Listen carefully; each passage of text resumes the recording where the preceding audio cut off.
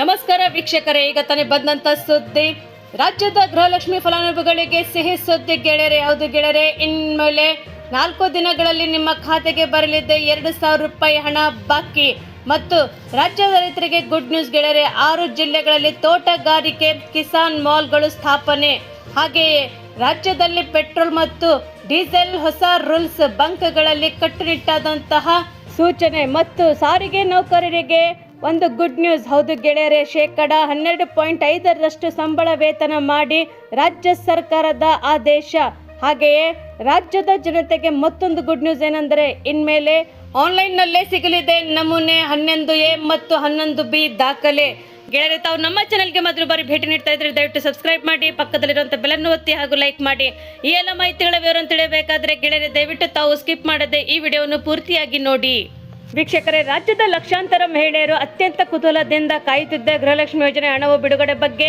ಇದರ ಕುರಿತು ಮಹಿಳಾ ಮತ್ತು ಮಕ್ಕಳ ಅಭಿವೃದ್ಧಿ ಇಲಾಖೆಯ ಸಚಿವೆ ಆದಂತಹ ಲಕ್ಷ್ಮಿ ಹೆಬ್ಬಾಳ್ಕರ್ ಮೇಡಮ್ ಅವರು ಭರ್ಜರಿ ಅಪ್ಡೇಟ್ ಅನ್ನು ನೀಡಿದ್ದಾರೆ. ತಾಂತ್ರಿಕ ಕಾರಣಗಳಿಂದ ವಿಳಂಬವಾಗಿದ್ದ ಹಣವು ಶೀಘ್ರದಲ್ಲಿಯೇ ಫಲಾನುಭವಿಗಳ ಕೈ ಸೇರಲಿದೆ ಎಂದು ಕೂಡ ಹೇಳಿದ್ದಾರೆ.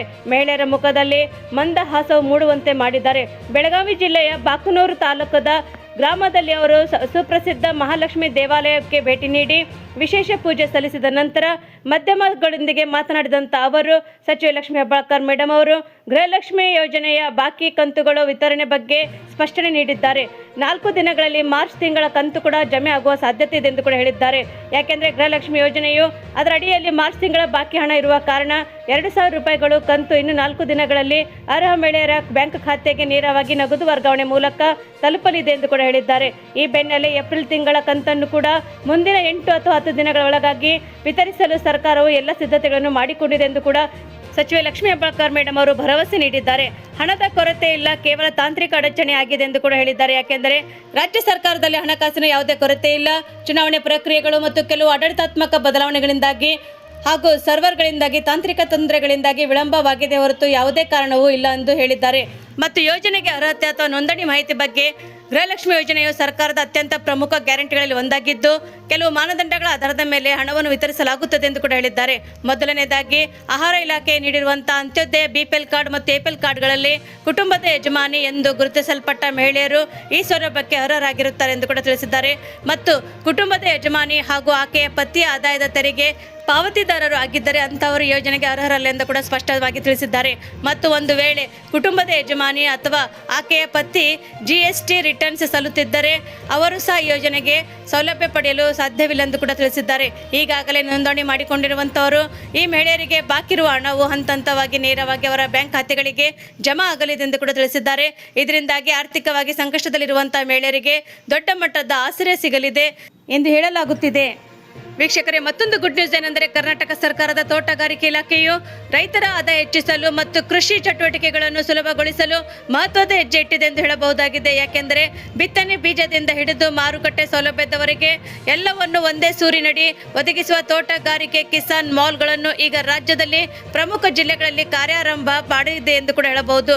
ಯಾಕೆಂದರೆ ರೈತರು ನೀಡುವಂಥ ಬಿತ್ತನೆ ಬೀಜದಿಂದ ಹಿಡಿದು ಮಾರುಕಟ್ಟೆಯವರೆಗೂ ಸೇವೆಗಳನ್ನು ಒಂದೇ ಸೂರಿನಡಿಯಲ್ಲಿ ತ್ವರಿತವಾಗಿ ಒದಗಿಸಲು ಮಂಡ್ಯ, ಧಾರವಾಡ, ದಾವಣಗೆರೆ, ಶಿವಮೊಗ್ಗ, ಮೈಸೂರು ಮತ್ತು ಬಾಗಲಕೋಟೆ ಈ 6 ಜಿಲ್ಲೆಗಳಲ್ಲಿ ತೋಟಗಾರಿಕೆ ಕಿಸಾನ್ ಮಾಲ್ಗಳನ್ನು ಸ್ಥಾಪಿಸಲಾಗಿದೆ ಎಂದು ಕೂಡ ಹೇಳಲಾಗುತ್ತಿದೆ.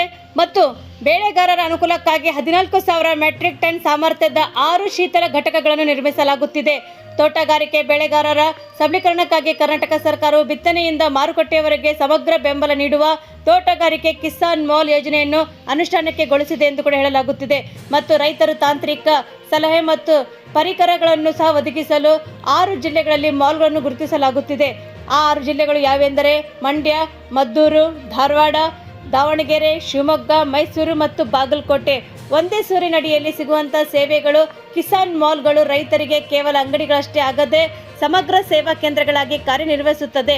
ಯಾಕೆಂದರೆ ಉತ್ತಮ ಗುಣಮಟ್ಟದ ಪರಿಕರವನ್ನು, ಗುಣಮಟ್ಟದ ಬಿತ್ತನೆ ಬೀಜಗಳನ್ನು, ಸಸಿಗಳನ್ನು, ರಸಗೊಬ್ಬರ ಮತ್ತು ಕೀಟನಾಶಕಗಳನ್ನು ಲಭ್ಯವಾಗುತ್ತದೆ. ಮತ್ತು ತಾಂತ್ರಿಕ ಮಾರ್ಗದರ್ಶನ ಕೂಡ ಆಗುತ್ತದೆ. ಯಾಕೆಂದರೆ ಬೆಳೆ ನಿರ್ವಹಣೆ, ರೋಗ ನಿಯಂತ್ರಣ ಮತ್ತು ಮಣ್ಣು ಪರೀಕ್ಷೆಯ ಬಗ್ಗೆ ಕೂಡ ತಜ್ಞರಿಂದ ಉಚಿತ ಸಲಹೆ ಕೂಡ ಇಲ್ಲಿ ಪ್ರಾಪ್ತಿಯಾಗ್ತದೆ. ಅದರ ಜೊತೆಗೆ ಮಾರುಕಟ್ಟೆ ಸಂಪರ್ಕ ಕೂಡ ಮಾಡಬಹುದು. ಯಾಕೆಂದರೆ ರೈತರು ಬೆಳೆದ ಉತ್ಪನ್ನಗಳಿಗೆ ಸರಿಯಾದ ಬೆಲೆ ಸಿಗುವಂತೆ ಮಾರುಕಟ್ಟೆ ಲಿಂಕ್ ಒದಗಿಸಬಹುದಾಗಿದೆ. ಅದರ ಜೊತೆಗೆ ಆಧುನಿಕ ಉಪಕರಣಗಳನ್ನು, ಕೃಷಿ ಉಪಕರಣಗಳನ್ನು ಕೂಡ ಒದಗಿಸುತ್ತದೆ. ಸಣ್ಣ ಮತ್ತು ದೊಡ್ಡ ಮಾರುಕಟ್ಟೆ ಆಧಾರಿತ ಕೃಷಿ ಉಪಕರಣಗಳನ್ನು ಕೂಡ ಮಾಹಿತಿ ಹಾಗೂ ವಿತರಣೆ ಕೂಡ ಇಲ್ಲಿ ಮಾಡಿಸಲಾಗುತ್ತದೆ ಮತ್ತು ಶೀತಲ ಘಟಕ ನಿರ್ಮಾಣ ಕೂಡ ಮಾಡಲಾಗುತ್ತದೆ. ಬೆಳೆಗಾರರು ತಾವು ಬೆಳೆದ ತರಕಾರಿ ಮತ್ತು ಹಣ್ಣುಗಳನ್ನು ಬೇಗನೆ ಹಾಳಾಗದಂತೆ ತಡೆಯಲು ಸರ್ಕಾರ ಬೃಹತ್ ಶೇಖರಣಾ ವ್ಯವಸ್ಥೆಯನ್ನು ಕೂಡ ಮಾಡುತ್ತಿದೆ.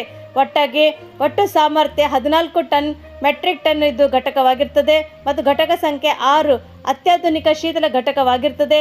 ಪ್ರಯೋಜನವೇನೆಂದರೆ ಮಾರುಕಟ್ಟೆಯಲ್ಲಿ ಬೆಲೆ ಕುಸಿದಾಗ ರೈತರು ಮತ್ತು ತಮ್ಮ ಉತ್ಪನ್ನಗಳನ್ನು ಇಲ್ಲಿ ಸಂಗ್ರಹಿಸಿಟ್ಟು ಬೆಲೆ ಬಂದಾಗ ಮಾರಾಟ ಮಾಡಲು ಕೂಡ ಇಲ್ಲಿ ಅನುಕೂಲವಾಗಿರ್ತದೆ. ಇದರ ಮುಖ್ಯ ಉದ್ದೇಶ ಏನೆಂದರೆ ಮಧ್ಯವರ್ತಿಗಳ ಹಾವಳಿ ತಪ್ಪಿಸಿ ರೈತರಿಗೆ ನೇರ ಮಾರುಕಟ್ಟೆ ಒದಗಿಸುವುದು ಮತ್ತು ತಂತ್ರಜ್ಞಾನ ಆಧಾರಿತ ಕೃಷಿಗೆ ಉತ್ತೇಜನ ನೀಡುವುದು. ನಿಮ್ಮ ಹತ್ತಿರದ ತೋಟಗಾರಿಕೆ ಇಲಾಖೆಯ ಕಚೇರಿ ಅಥವಾ ಕಿಸಾನ್ ಮಾಲ್ಗಳಿಗೆ ಭೇಟಿ ನೀಡಿ ಈ ಸೌಲಭ್ಯಗಳ ಸದುಪಯೋಗವನ್ನು ಮಾಡಿಕೊಳ್ಳಬೇಕೆಂದು ಹೇಳಲಾಗುತ್ತಿದೆ. ವೀಕ್ಷಕರೇ, ಮತ್ತೊಂದು ಶಾಕಿಂಗ್ ನ್ಯೂಸ್ ಏನೆಂದರೆ ರಾಜ್ಯಾದ್ಯಂತ ಪೆಟ್ರೋಲ್ ಹಾಗೂ ಡೀಸೆಲ್ ಮಾರುಕಟ್ಟೆ ಸಂಬಂಧಿಸಿದಂತೆ ಸರ್ಕಾರ ಹೊಸ ಮಾರ್ಗಸೂಚಿ ಪ್ರಕಟಿಸಿರುವುದು ಸಾರ್ವಜನಿಕರಲ್ಲಿ ಆತಂಕ ಮೂಡಿಸಿದೆ. ಹೌದು ಗೆಳೆಯರೆ, ಜಾಗತಿಕ ಪರಿಸ್ಥಿತಿಯಲ್ಲಿ ಹಾಗೂ ಇಂಧನ ಸರಬರಾಜಿನ ಮೇಲೆ ಉಂಟಾಗಿರುವಂತಹ ಒತ್ತಡದ ಮೇಲೆ ಪೆಟ್ರೋಲ್ ನಿಯಮವು 2022ರ ಅನ್ನ ಕಡ್ಡಾಯವಾಗಿ ಪಾಲಿಸುವಂತೆ ಸರ್ಕಾರ ಸೂಚನೆ ನೀಡಿದೆ ಮತ್ತು ರಾಜ್ಯ ಸರ್ಕಾರ ಎಲ್ಲ ಪೆಟ್ರೋಲ್ ಬಂಕ್ಗಳು ಅಥವಾ ಸರ್ಕಾರ ನಿಗದಿತ ನಿಯಮಾವಳಿಗಳಿಗೆ ಮತ್ತು ಇಂಧನದ ಮಾರುಕಟ್ಟೆ ಮಾಡಿಕೊಳ್ಳುವಂತೆ ಕಟ್ಟುನಿಟ್ಟಿನ ಆದೇಶವನ್ನು ಹೊರಡಿಸಲಾಗಿದೆ ಎಂದು ಕೂಡ ಹೇಳಲಾಗುತ್ತಿದೆ. ಹೊಸ ಮಾರ್ಗಸೂಚಿಯ ಪ್ರಕಾರ ಪೆಟ್ರೋಲ್ ಮತ್ತು ಡೀಸೆಲ್ ಅನ್ನ ಅಗತ್ಯಕ್ಕಿಂತ ಹೆಚ್ಚು ಸಂಗ್ರಹಿಸಿ ಕೃತಕ ಅಭಾವ ಸೃಷ್ಟಿಸುವುದನ್ನು ತಡೆಗಟ್ಟಲು ಕ್ರಮ ಕೈಗೊಳ್ಳಲಾಗಿದೆ. ವಿಶೇಷವಾಗಿ ಚಿಲ್ಲರೆ ಮಾರಾಟ ಮಾಡುವ ಬಂಕ್ಗಳು ಸರ್ಕಾರ ನಿಗದಿ ಮಾಡಿದಂತಹ ಪ್ರಮಾಣದಲ್ಲೇ ಇಂಧನ ವಿತರಿಸಬೇಕೆಂದು ಸೂಚಿಸಲಾಗಿದೆ. ಸಗಟು ಮಾರಾಟದಲ್ಲಿ ಮತ್ತು ನಿಯಮ ಉಲ್ಲಂಘನೆ ಕಂಡು ಬಂದರೆ ಕಠಿಣ ಕಾನೂನು ಕ್ರಮವನ್ನು ಕೈಗೊಳ್ಳಲಾಗುತ್ತದೆ ಎಂದು ಕೂಡ ಎಚ್ಚರಿಕೆ ನೀಡಲಾಗಿದೆ. ಆಹಾರ ಮತ್ತು ನಾಗರಿಕ ಸರಬರಾಜು ಇಲಾಖೆಯು ಹೊರಡಿಸಿದಂತಹ ಆದೇಶದಂತೆ ರಾಜ್ಯದಲ್ಲಿ ಇಂಧನ ಕೊರತೆ ಉಂಟಾಗಿದ್ದ ಮುನ್ನೆಚ್ಚರಿಕೆ ಕ್ರಮವಾಗಿ ಹೊಸ ನಿಯಮಗಳನ್ನು ಜಾರಿಗೆ ತರಲಾಗಿದೆ. ಯಾವುದೇ ವ್ಯಕ್ತಿ ಅಥವಾ ಸಂಸ್ಥೆಯ ಅನಧಿಕೃತವಾಗಿ ಇಂಧನ ದಾಸ್ತಾನು ಮಾಡುವುದು ಅಥವಾ ದುರುಪಯೋಗ ಮಾಡುವುದು ಕಾನೂನು ಬಾಹಿರವಾಗಿದ್ದು ಇಂಥ ಪ್ರಕರಣಗಳಲ್ಲಿ ತಕ್ಷಣವೇ ಕ್ರಮ ಕೈಗೊಳ್ಳಲಾಗಿದೆ ಎಂದು ಕೂಡ ಜಿಲ್ಲಾಧಿಕಾರಿಗಳು ತಿಳಿಸಿದ್ದಾರೆ. ಸರ್ಕಾರದ ಕ್ರಮದಿಂದ ಗ್ರಾಹಕರಲ್ಲಿ ಆತಂಕ ಹೆಚ್ಚಾಗಿದ್ದು ಸಾಮಾಜಿಕ ಜಾಲತಾಣಗಳಲ್ಲಿ ರಾಜ್ಯದಲ್ಲಿ ಇಂಧನ ಕೊರತೆ ಉಂಟಾಗುತ್ತದೆಯಾ ಎಂಬ ಪ್ರಶ್ನೆಗಳು ಕೂಡ ಕೇಳಿ ಬರುತ್ತವೆ. ಯಾಕೆಂದರೆ ಅಧಿಕಾರಿಗಳ ಪ್ರಕಾರ ಜನರಲ್ಲಿ ಅನಗತ್ಯ ಗೊಂದಲ ಅಥವಾ ಭಯ ಸೃಷ್ಟಿಸಬಾರದು ಮತ್ತು ಇಂಧನ ಸರಬರಾಜು ಸಾಮಾನ್ಯವಾಗಿಯೇ ಮುಂದುವರಿದು ಜನರಿಗೆ ಯಾವುದೇ ಸಮಸ್ಯೆ ಆಗದಂತೆ ಕ್ರಮ ವಹಿಸಲಾಗುತ್ತದೆ ಎಂದು ಕೂಡ ಸ್ಪಷ್ಟಪಡಿಸಲಾಗಿದೆ. ತಜ್ಞರ ಪ್ರಕಾರ ಮಧ್ಯಪ್ರಾಚ್ಯ ಸೇರಿದಂತೆ ಜಾಗತಿಕ ಮಟ್ಟದಲ್ಲಿ ಉಂಟಾಗಿರುವಂತಹ ಉದ್ವಿಗ್ನ ಪರಿಸ್ಥಿತಿಯಿಂದಾಗಿ ಇಂಧನ ಮಾರುಕಟ್ಟೆಯಲ್ಲಿ ಅಸ್ಥಿರತೆಯು ಕಂಡು ಬರುತ್ತಿದೆ ಎಂದು ಕೂಡ ಹೇಳಲಾಗುತ್ತಿದೆ ಮತ್ತು ಕೆಲವು ರಾಜ್ಯಗಳು ಮುನ್ನೆಚ್ಚರಿಕೆ ಕ್ರಮಗಳನ್ನು ಕೈಗೊಳ್ಳುತ್ತಿವೆ. ಇಂಧನದ ಕೃತಕ ಅಭಾವ, ಕಾಳಸಂತೆಯಲ್ಲಿ ಮಾರಾಟ ಅಥವಾ ಅತಿಯಾದ ಸಂಗ್ರಹಣೆ ತಡೆಗಟ್ಟುವುದು ಸರ್ಕಾರದ ಪ್ರಮುಖ ಉದ್ದೇಶವಾಗಿದೆ ಎಂದು ಕೂಡ ಹೇಳಲಾಗುತ್ತಿದೆ. ಸಾರ್ವಜನಿಕರು ಅನಗತ್ಯವಾದಂತಹ ಇಂಧನ ಸಂಗ್ರಹಣೆಗೆ ಮಾಡದೆ ಸಾಮಾನ್ಯವಾಗಿ ಖರೀದಿ ಮಾಡಬೇಕೆಂದು ಸರ್ಕಾರ ಮನವಿ ಮಾಡಿದೆ. ರಾಜ್ಯದ ಎಲ್ಲ ಪೆಟ್ರೋಲ್ ಬಂಕ್ಗಳಿಗೆ ಹೊಸ ಮಾರ್ಗಸೂಚಿಯನ್ನು ಕಡ್ಡಾಯವಾಗಿ ಪಾಲಿಸಬೇಕಿದ್ದು ಮತ್ತು ನಿಯಮ ಮೀರಿದವರಿಗೆ ವಿರುದ್ಧ ಕಠಿಣ ಕ್ರಮವನ್ನು ಕೈಗೊಳ್ಳಲಾಗುತ್ತಿದೆ ಎಂದು ಖಡಕ್ ಎಚ್ಚರಿಕೆ ನೀಡಲಾಗಿದೆ ಎಂದು ಕೂಡ ಹೇಳಲಾಗುತ್ತಿದೆ.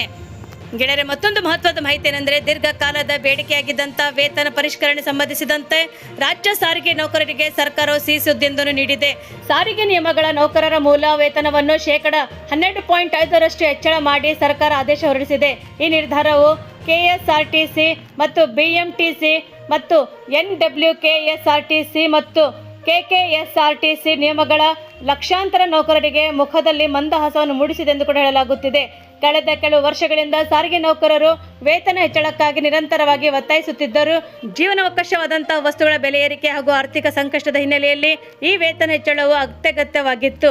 ನೌಕರರ ಸಂಘಟನೆಗಳ ಜೊತೆಗೆ ನಡೆಸಿದಂಥ ಸುದೀರ್ಘ ಚರ್ಚೆ ಮತ್ತು ಆರ್ಥಿಕ ಇಲಾಖೆಯ ಸಮ್ಮತಿಯ ನಂತರ ಸಾರಿಗೆ ಸಚಿವರು ಮತ್ತು ಮುಖ್ಯಮಂತ್ರಿಗಳ ನೇತೃತ್ವದಲ್ಲಿ ಈ ಮಹತ್ವದ ತೀರ್ಮಾನವನ್ನು ಕೈಗೊಳ್ಳಲಾಗಿದೆ ಎಂದು ಕೂಡ ಹೇಳಲಾಗುತ್ತಿದೆ ಮತ್ತು 2025ರ ಏಪ್ರಿಲ್ 1ರಿಂದ ವೇತನ ಪರಿಷ್ಕರಣೆ ಅನ್ವಯ ಆಗಲಿದೆ.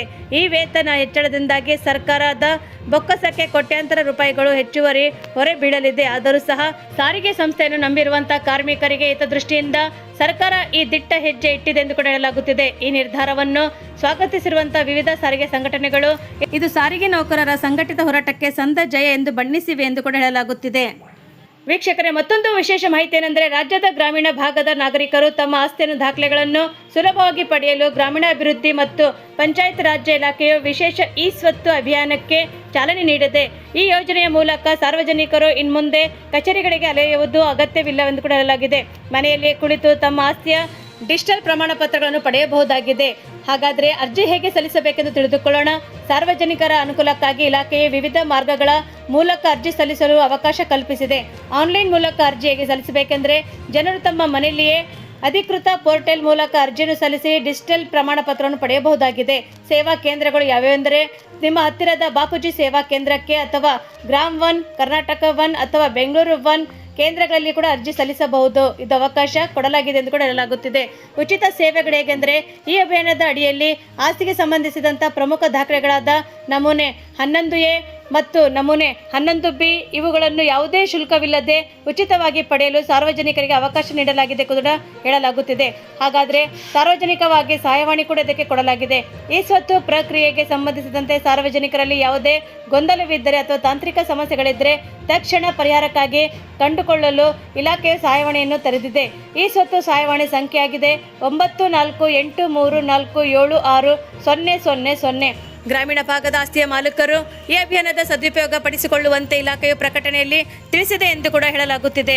ವೀಕ್ಷಕರೇ, ತಾವು ನಮ್ಮ ಚಾನೆಲ್ಗೆ ಮೊದಲು ಬಾರಿ ಭೇಟಿ ನೀಡ್ತಾ ಇದ್ದರೆ ದಯವಿಟ್ಟು ಸಬ್ಸ್ಕ್ರೈಬ್ ಮಾಡಿ, ಪಕ್ಕದಲ್ಲಿರುವಂಥ ಬೆಲ್ಲನ್ನು ಒತ್ತಿ ಹಾಗೂ ಲೈಕ್ ಮಾಡಿ. ಈ ನಮ್ಮ ವಿಡಿಯೋ ತಮಗೆ ಲೈಕ್ ಆದಲ್ಲಿ ದಯವಿಟ್ಟು ಕಮೆಂಟ್ ಬಾಕ್ಸಲ್ಲಿ ತಮ್ಮ ಸಲಹೆಗಳನ್ನು ಹಾಕಿ, ಯಾಕೆಂದರೆ ಮುಂದಿನ ಒಂದು ಅಪ್ಡೇಟ್ಗಳನ್ನು ನಾವು ಮಾಡಲಿಕ್ಕೆ ಅನುಕೂಲವಾಗುತ್ತದೆ. ಗೆಳೆಯರೆ, ತಾವು ನಮ್ಮ ಈ ವಿಡಿಯೋವನ್ನು ಪೂರ್ತಿಯಾಗಿ ನೋಡಿದ್ದಕ್ಕೆ ತಮಗೆ ಧನ್ಯವಾದಗಳು.